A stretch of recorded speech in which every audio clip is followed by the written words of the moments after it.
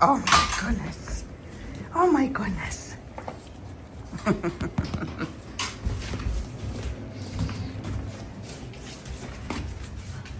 Hello, sweet boy. You ready to go? Swan.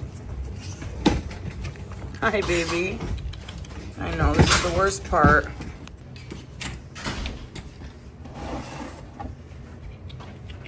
Probably just have to grab him. Last said he walked in willingly, and he was fine all night. This morning, I think he's got his motor done. Oh, and he walked right in. Yep, that's what he did yesterday, Last said. He doesn't know this cage. He wants his cage back. You gotta go in, baby. Oh, no, not that one. Not Turn him around. Grab his scruff. And shove him in backwards. That's how I got the other two in. Yep. Oh, and we're in. He's so big now.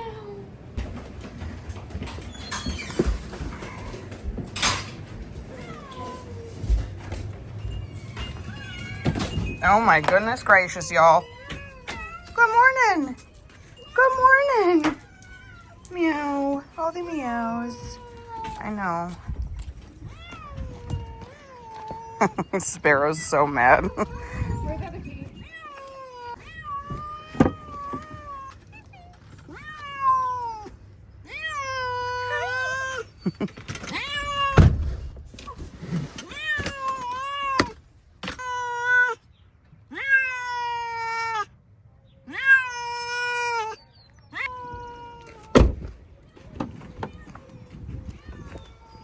Come down, babies.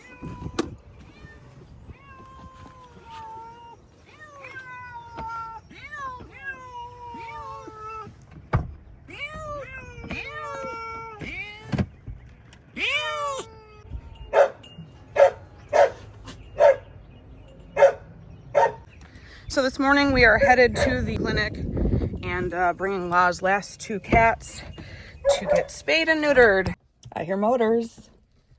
Oh, look at her. She's a lover. We made it. You're making biscuits, Mama. Big motor.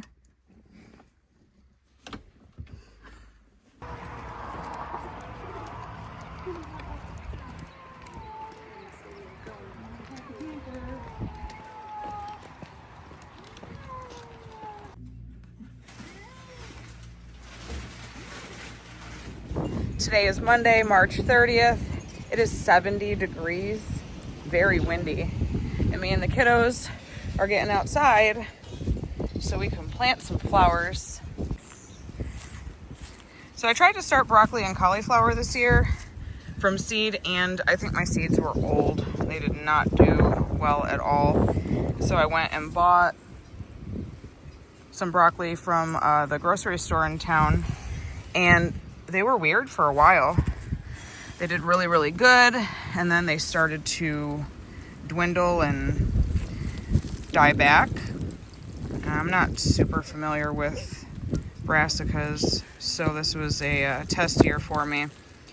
But I ended up putting them outside because in my bedroom they just were not thriving. And as soon as I put them outside, they perked up. I heavily water them once a day. They have full sun for 6 to 8 hours, and the cool temps at night seem to be helping. I think my room was just too humid.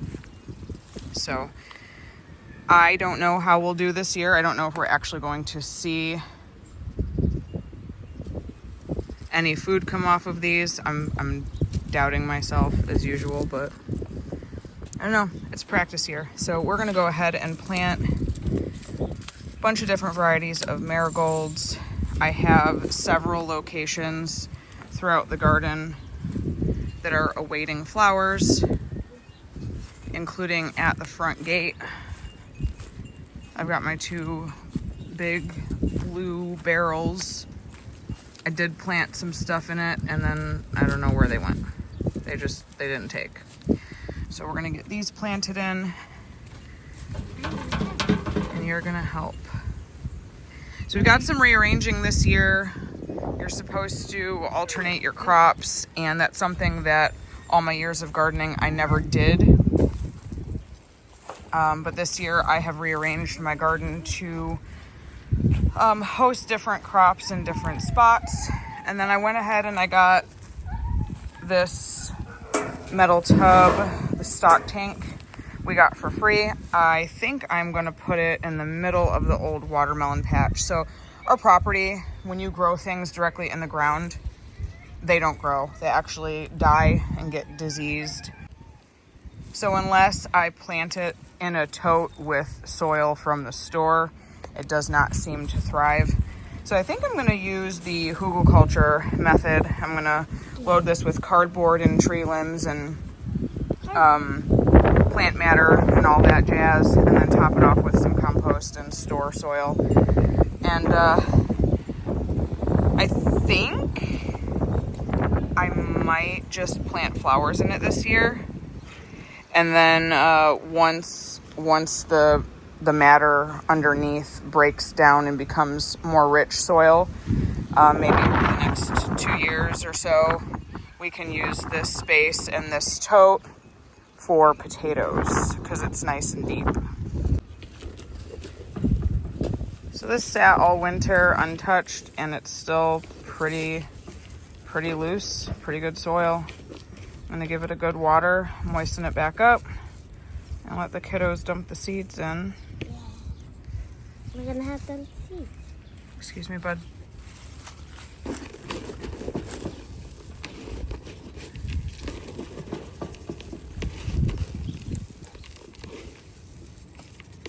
So this year I'm excited because I started some melons inside, cantaloupe variety. And last year I used my archway to get into the garden as our cucumber trellis. When I went ahead and I switched things around, I decided that I'm gonna plant the cantaloupe around and see how that turns out. I've never grown cantaloupe or any melons, ma'am. So we'll see how that goes, but I thought it would be pretty cool if they were successful, how cool that would look hanging on the arch. We do have to replace some of these.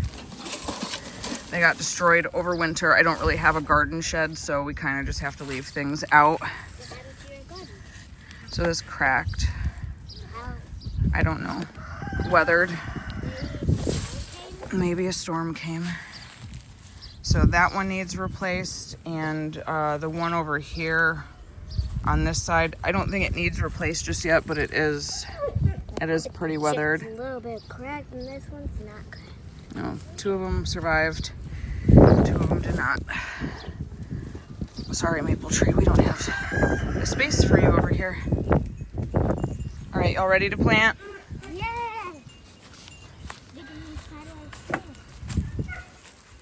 So it doesn't matter which variety goes where. There you go. You gotta open that one first. We'll put these ones down. Uh-oh. The wind will put it down, apparently. I got this mushroom top we can use. Which one are we going to plant? We're gonna do these 2 first. How much? Let me see how many are in there. Yeah, just take a pinch and sprinkle them all over. And then let your sister take a pinch. My fingers are too fat. Your fingers are too fat. Here, open. Don't let the wind blow it away, though. All right, sprinkle them all over in there. Mila, your turn. Like, do I dig a little hole? So with flowers, you just sprinkle it on top and you kind of do this, fluff it around, and they sink in.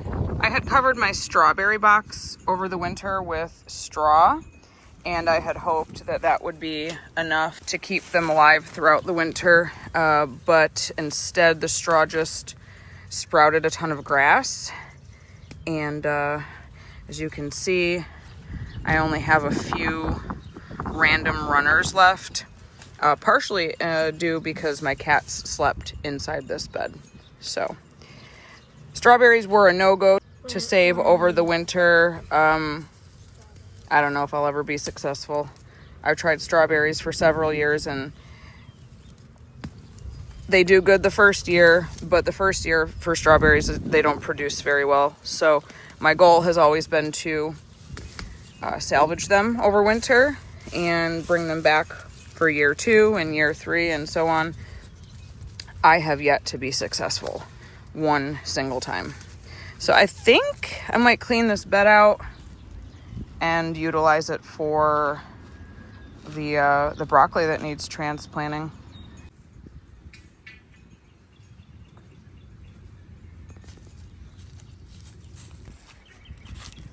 So last week we dealt with a very, very bad bout of barber pole worms, something I'm not familiar with. Juniper looked like she was on her deathbed. She still looks pretty skinny now, but compared to what she was before, she looks worlds better. She's making noise again. She's up and active. She's putting some weight back on, and her face swelling went down. So apparently the barber pole worms force protein out of the blood, and so her face ballooned almost like if we were to get stung by a bee and be allergic to them. That's what it looked like. It looked like she had 2 baseballs in her cheeks. Poor girl. And so I took a stool sample into the vet, and she was loaded so badly with worms. They said that was the worst worm case they've ever seen on one slide. And so she had 3 days of her worm meds, and I had gone to Tractor Supply. It's my ring, buddy. I had gone to Tractor Supply and got some dewormer goat pellets. So I had given her a dose of that on last Sunday. And then Monday is when I took her stool sample in, so she was immediately put on...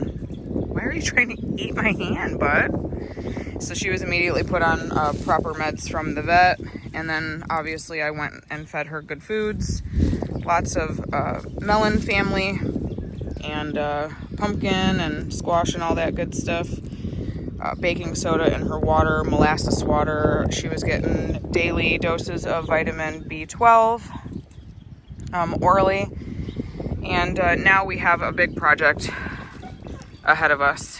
Why are you trying to eat a stick? So we only have 3 acres, and with the way that we have the goats set up with the awning attached to the back of our house, that's kind of their sleeping quarters and where their water and their hay stay out of the elements. And they have this fenced in space. So thus far in goat owning, we have not had rotating pasture ability, and we've always just let them roam on one solid patch of land. And I know that's not good. I know you're supposed to rotate pastures every 3 to 7 days. But with how bad Junie's bout with worms was, we are going to take action regardless of the amount of space that we have. And so the only thing we can really do is cut this pasture in half from where we have our fence straight across to where the neighbor's fence starts. And then in the middle of that fence, make a gate, door of some sort. And that way we can enclose them on the awning side. And so they have the awning and then a little bit of pasture space, and block the back half off, let that heal, and then swap them from the awning and this pasture side to the back. I mean, it's not a ton of space, but it's only 2 small goats. So that will allow them to cut down on ingesting parasites that are in the pasture. There's really nothing that you can spray on or do naturally to get rid of worms. So rotating pasture is really our only option. And so that's the next big project here, on top of getting this garden cleaned up and bringing it to life. We are super close to our last frost date. I think for zone 7A it's around April 20th, but we've already been in the 90s during the day and 70s at night. And although some cold sneaks in, it's not often or long enough for anything to really hardcore die off. So we're gonna go ahead and get this garden space cleaned up, and we will check back in with y'all shortly.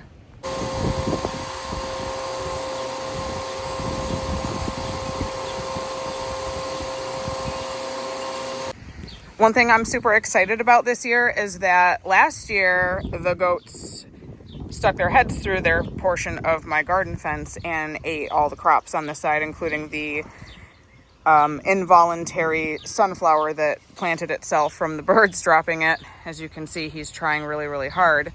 But the boys went ahead and put up a smaller squared fencing panel all the way across. So although I'm not going to plant directly up against it and let like leaves and stuff grow through, I am going to be able to plant kind of in the middle of the trellis and the fence area all the way across, which is going to give me more crop space. This gardening season is exciting because not only am I rotating the crops and hopefully getting better yields and healthier soil, I am trying several new crops that I've never tried before. The broccoli, the melon, and something I'm super excited about is the loofah plant. So last year up against the house, I grew my butternut squash and they did really well. They did get out of hand, although they had this much space to climb and grow. They went off the beaten path and they grew themselves all over this IBC tote. So I'm super excited to utilize this space for the loofah plant. And now if they are successful, my plan all these years has been to grow the loofah plant and let them dry out. And when you harvest them, you let them dry out and then you cut them into slices. And once they're in slices, you can home make your own soap and dip the loofah in there. I think I've seen people make them all fancy, do different colors, but natural soap on a natural loofah and then sell them. So we have a tri-state makers market that happens quarterly here in town, in our small town. And me and the kids are gathering up supplies and things to sell different things at our booth at the makers market. And so I'm excited to try this, see if we could grow them this year and maybe later this fall after harvesting, try our hands at all natural soap and loofahs.